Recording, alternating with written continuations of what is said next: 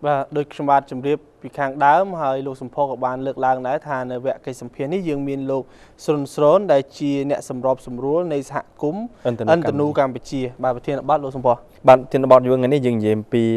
เนี่ยสลังเพติใบบ้านในทานเนี่ยประเภทติใบ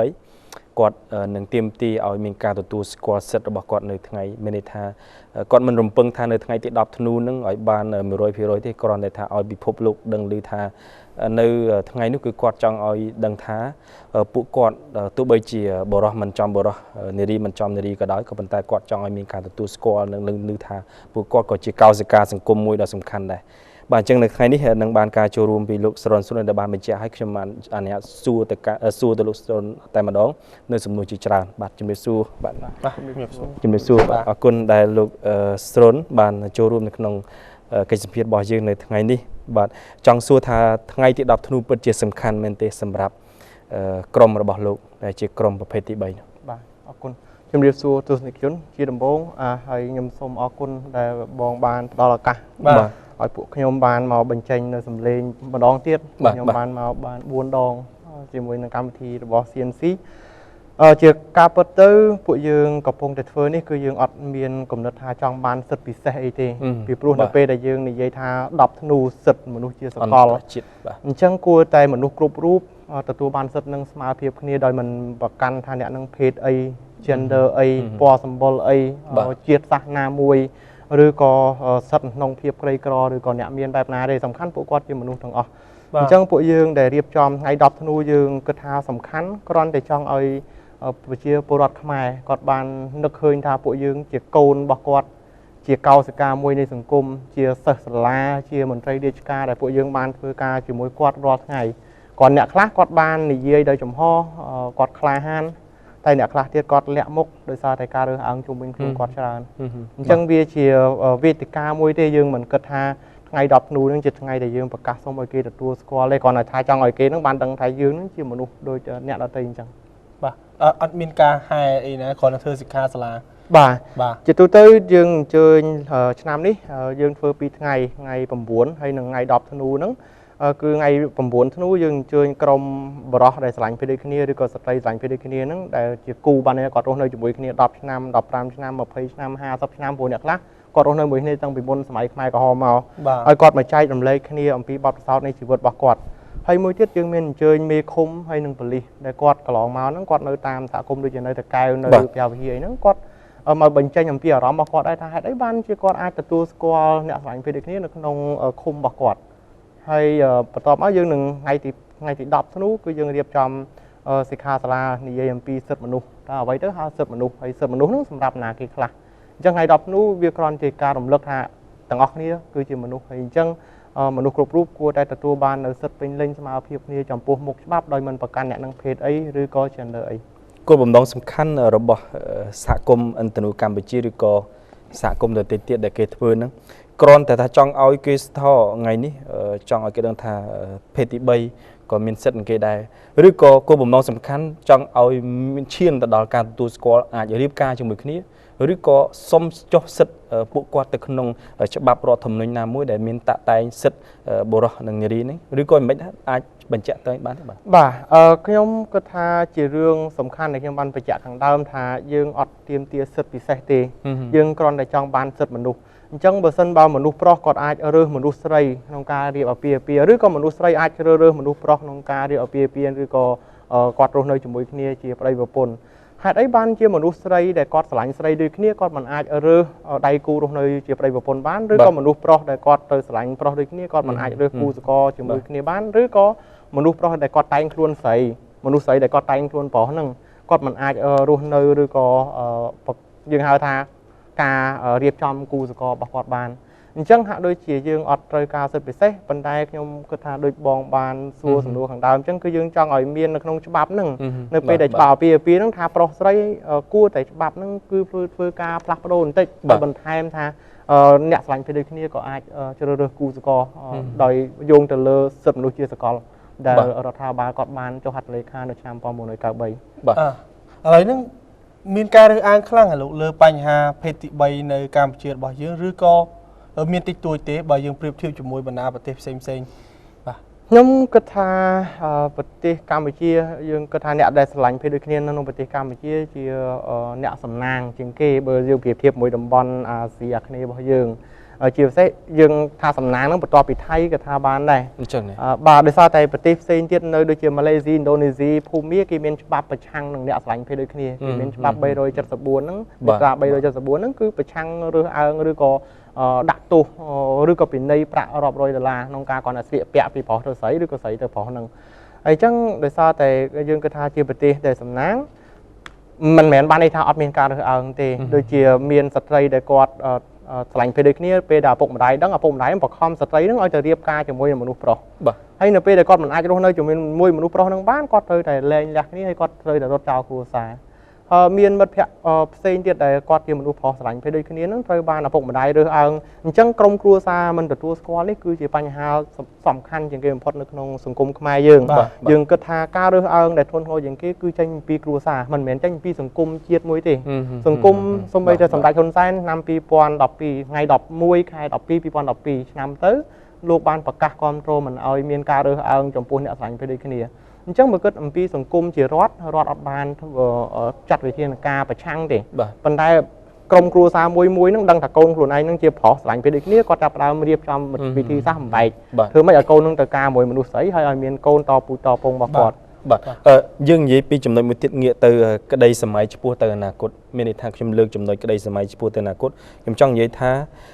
ឥឡូវនេះក្រមរបស់លោកកំពុងតែទាមទារឲ្យមានការទទួលស្គាល់សិទ្ធិប្រភេទទី3អ្នកភេទទី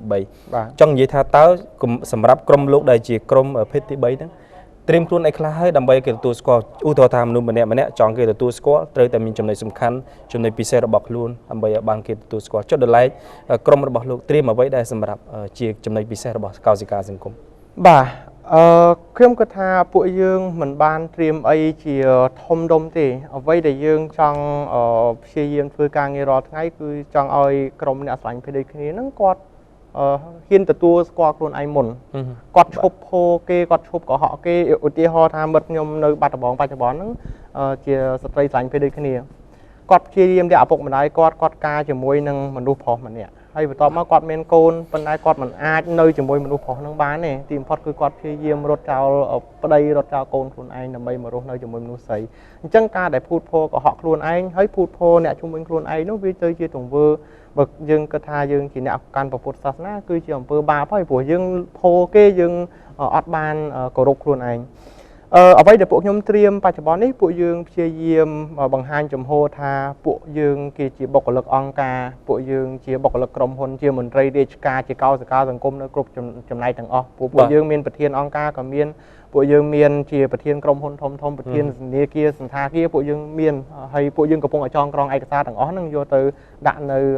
ទីស្តីការគណៈរដ្ឋមន្ត្រីដាក់ទៅសភាឲ្យគាត់នឹងបានមើលថានេះគឺជារូបភាពហើយរូបភាពទី2ដែលពួកខ្ញុំបានកំពុងធ្វើដូចថ្ងៃ10ធ្នូដែលពួកយើងអញ្ជើញក្រុមអ្នកស្រឡាញ់ភេទដូចគ្នាប្រហែលជា100គូហ្នឹងមកពីទូទាំងប្រទេសមកពី20ខេត្តអញ្ចឹងជនជាតិដើមភាគតិចមាន3គូជនជាតិអ៊ីស្លាមមាន2គូហើយនិងជនជាតិខ្មែរភាគច្រើនដែលគាត់មកដែលយើងគិតថាប្រហែលជាជនជាតិដើមភាគតិចហ្នឹងអត់មានទេអញ្ចឹងយើងទៅដល់កញ្ចេះសឹងត្រៃរតនគិរីយើងមានជាង10គូប៉ុន្តែគាត់នឹងអញ្ជើញមកបាន3គូដែលនៅក្នុងនោះដែលខ្ញុំចង់បញ្ជាក់ថានៅពេលដែលយើងប្រៀបធៀបថាច្បាប់រដ្ឋគឺបែបនេះប៉ុន្តែការអនុវត្តជាក់ស្ដែងគឺមេឃុំទទួលស្គាល់មានចេញសភៅគ្រួសារឲ្យមានចេញអត្តសញ្ញាណបានឲ្យគាត់នោះគឺជាអ្វីដែលយើងត្រៀមថាយើងចង់ឲ្យរដ្ឋាភិបាលចង់ឲ្យសមាជិកសភាគាត់ទទួលស្គាល់យើងបាននោះតែយើងមានផុសតាំងបញ្ជាក់ថារឿងហ្នឹងគឺវាបានកើតឡើងស្រាប់ហើយរាប់រយឆ្នាំហើយដូចជាខ្ញុំនិយាយថាគាត់រស់នៅមួយគ្នា50ឆ្នាំអញ្ចឹងមុនខ្មែរក្រហមគាត់មិនមែនទៅមករស់នៅទ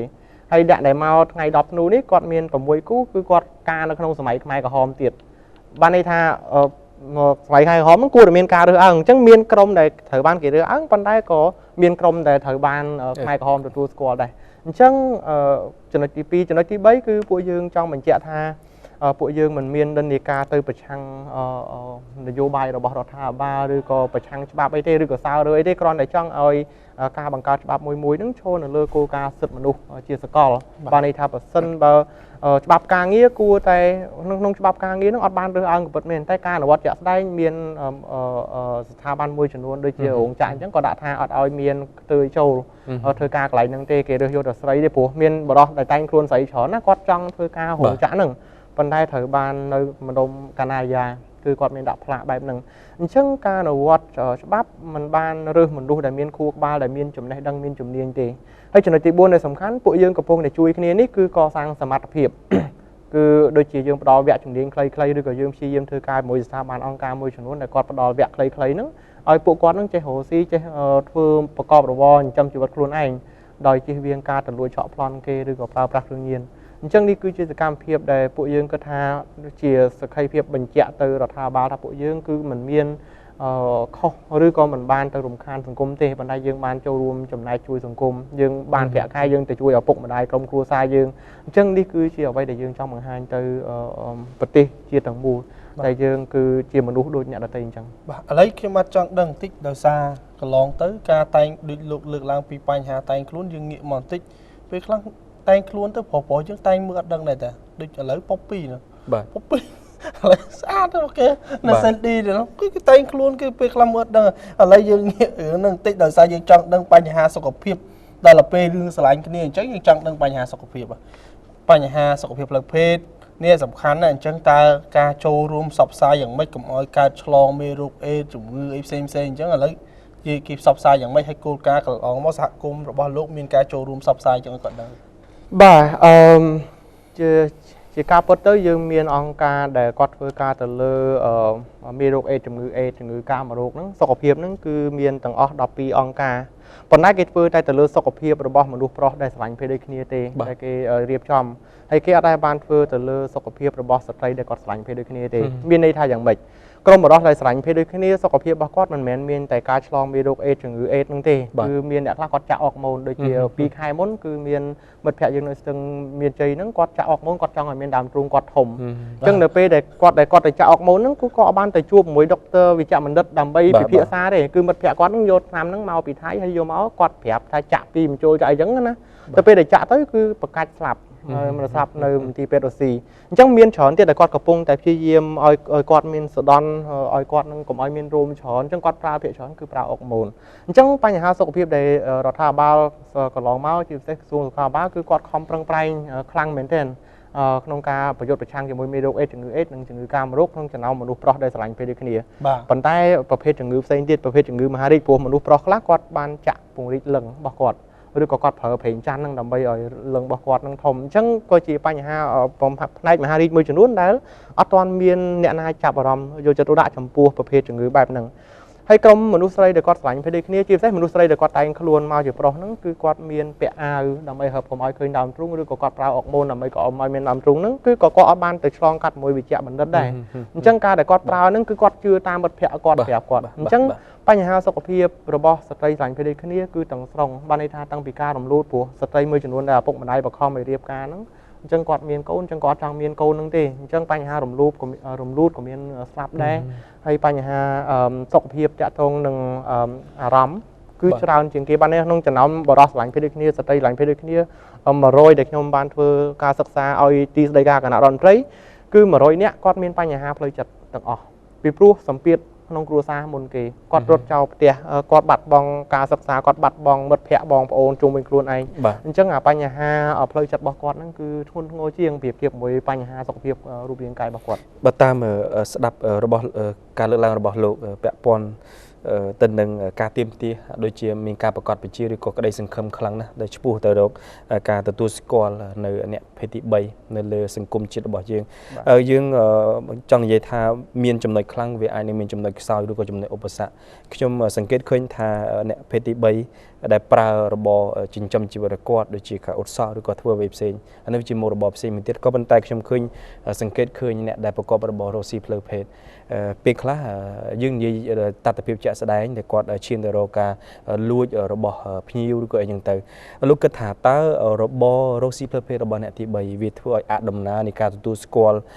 សិទ្ធិអ្នកទី3នៅថ្ងៃខាងមុខទីពីព្រោះថាមុខរបរនេះហាក់ដូចជាមានភាពស្មុគស្មាញហើយនឹងមានរឿងអាស្រ័យច្រើនបាទខ្ញុំអរគុណហើយសំណួរហ្នឹងគឺសំខាន់ហើយវាកើតឡើងស្ទើរតែរាល់ថ្ងៃសម្រាប់ជីវិតរបស់ជាពិសេសក្រុមបរិសុទ្ធស្រឡាញ់ភេទដូចគ្នាឬក៏ក្រុមបរិសុទ្ធដែលគាត់តែងខ្លួនជាស្រីហើយគាត់មានមុខរបរជាអ្នកលក់ភេទទៀតឬក៏ប្រើប្រាស់គ្រឿងញៀនទៀតបាទហើយខ្ញុំសូមញែកជាពីរមុននឹងខ្ញុំបកស្រាយថាតើអ្នកស្រឡាញ់ភេទដូចគ្នានឹងយ៉ាងម៉េចញែកទី1គឺនិយាយអំពីច្បាប់រដ្ឋគឺគេចាត់វិធានការចំពោះចោរ ចំពោះអ្នកដែលធ្វើខុសច្បាប់អញ្ចឹងសម្រាប់ខ្ញុំការងាររបស់ក្រុមអ្នកស្រឡាញ់ភេទដូចគ្នាដែលពួកយើងកំពុងធ្វើនេះគឺយើងមិនបានទៅគាំពៀចោលទេយើងមិនបានទៅគាំពៀអ្នកដែលប្រើប្រាស់គ្រឿងញៀនទេហើយរឿងក៏មិនប្រើទៅគាំទ្រអ្នកដែលកំពុងតែធ្វើខុសច្បាប់ដែរអាហ្នឹងចំណុចទី1ចំណុចទី2គឺមិនមែនមានតែអ្នកស្រឡាញ់ភេទដូចគ្នាឬក៏អ្នកដែលបដូរភេទមនុស្សប្រុសទៅស្រីឬក៏មនុស្សប្រុសស្រឡាញ់ភេទដូចគ្នាទេដែលជាចៅឬក៏ដែលជាជនដែលគាត់ធ្វើខុសនោះអញ្ចឹងមានក្រុមមនុស្សស្រីមនុស្សប្រុសក៏គាត់មានបញ្ហាហ្នឹងដែរអញ្ចឹងខ្ញុំសូមវិនិច្ឆ័យមកវិញថាតើវាមានប៉ះពាល់អីខ្លះចំពោះសង្គមជាតិបើសិនបើយើងទៅលួចឆក់ប្លន់ទៅដើរកាប់សម្លាប់គេទៅប្រើប្រាស់គ្រឿងញៀនតើវារំខានសង្គមបែបណាអញ្ចឹងបើសិនបើក្រុមបរិសុទ្ធស្រឡាញ់ភេទដូចគ្នាដែលគាត់ធ្វើទង្វើទាំងអស់ហ្នឹងគឺពួកយើងពួកខ្ញុំក៏មានរោមេធាវីជួយដែរប៉ុន្តែយើងជួយអ្នកដែលត្រូវទេយើងមិនបានតែជួយការពារគាត់ប្រើប្រាស់គ្រឿងញៀនគាត់ទៅលួចឆក់ប្លន់គេហើយយើងមើលឃើញអ្នកដែលធ្វើទង្វើហ្នឹងគឺមានការចម្រុងចម្រាស់ច្រើនមែនទែនអញ្ចឹងបច្ចុប្បន្ននេះពួកយើងចាប់ដើមចាត់វិធានការធ្វើជាមួយនឹងក្រសួងសុខាភិបាលដែលមានអាជ្ញាធរជាតិប្រយុទ្ធនឹងជំងឺអេដគាត់ជាអ្នកជួយសម្របសម្រួលការងារជាទូទៅហើយធ្វើជាមួយនឹងស្ថាប័នអង្គការនិងក្រសួងមហាផ្ទៃទៀតដើម្បីធ្វើការងារហ្នឹងអញ្ចឹងអ្វីដែលពួកយើងបាននឹងកំពុងតែរៀបចំគឺយើងព្យាយាមធ្វើឲ្យគាត់ហ្នឹងគឺផ្លាស់ប្ដូរអំពីការងារប្រើប្រាស់គ្រឿងញៀនឬក៏ការលួចឆក់ប្លន់គេហ្នឹងប៉ុន្តែការរកស៊ីផ្លូវភេទពួកយើងក៏ធ្វើបន្តពីព្រោះគាត់អត់ត្រូវបានបង្ខំខ្លួនឯងទេគឺគាត់ស្ម័គ្រចិត្តនឹងធ្វើប៉ុន្តែបើគាត់ត្រូវបានគេជួញដូរនោះគឺជារឿងផ្សេងដែលយើងមិនអាចទទួលយកបានចុះបើសិនជាគំនិតជាការសំណូមពរវិញថាតើបើសិនជាអាចវិញតើលោកចង់សំណូមពរឲ្យអ្នកភេទទី3គួរតែបដូរមុខរបរទៅជាមុខរបរផ្សេងដែលវាអាចជួយលើកដំកើងសហគមន៍ឬក៏អ្វីផ្សេងទៀតលើតាមដែលលោកគិតបាទអរគុណបើនិយាយជារួម